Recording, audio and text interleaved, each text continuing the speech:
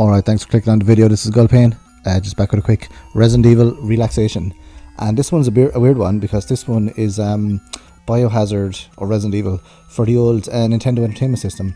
So this one is, it seems like to be, well, not a hack, a ROM hack, but it seems to be a sort of someone like a homebrew of Resident Evil 1, but it's got the controls and the kind of aesthetic, well, kind of Resident Evil Gaiden for the old Game Boy, but it's got like, the thing I couldn't figure out first was how to go through the doors.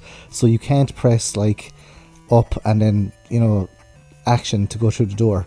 You have to stand beside the door and then press the action button, otherwise you won't go through the door. So it's got like, you know, Chris, well, it appears that you're only Jill at the start, and it's got like the same kind of layout from I couldn't get very far because it's really hard.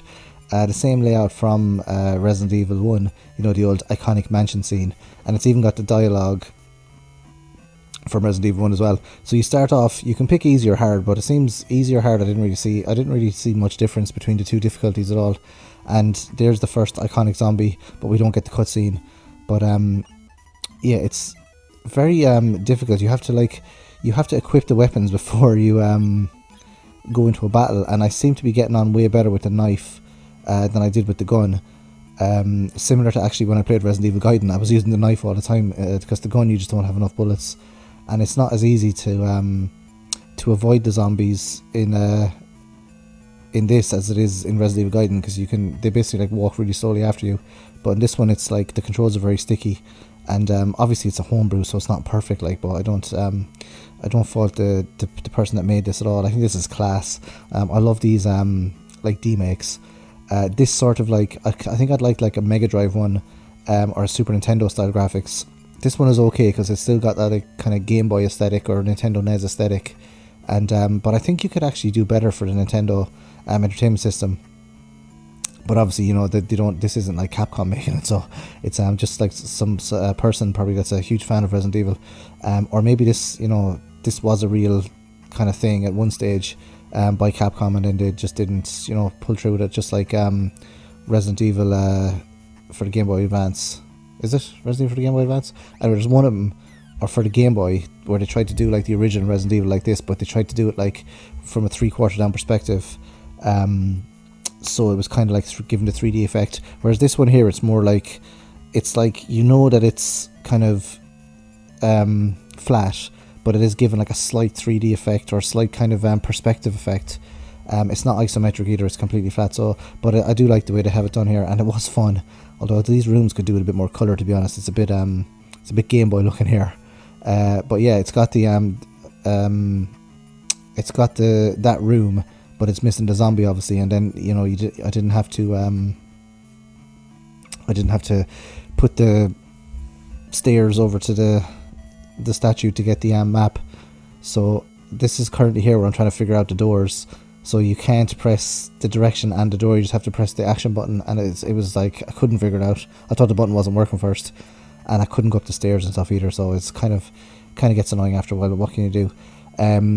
So yeah, the fight sections then they're the same as, well, they're not the same, but they're very similar to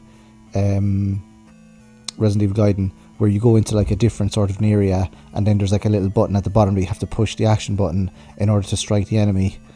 This one has like a kind of a less, I don't want to say advanced bit of it, but less kind of less focus on different enemies, where you only have like one thing in the middle that you have to hit, whereas in Resident Evil Gaiden you have like multiple bars that you can hit, and I'm not sure if it does different damage to different bars in Resident Evil Gaiden, but yeah, this is very similar.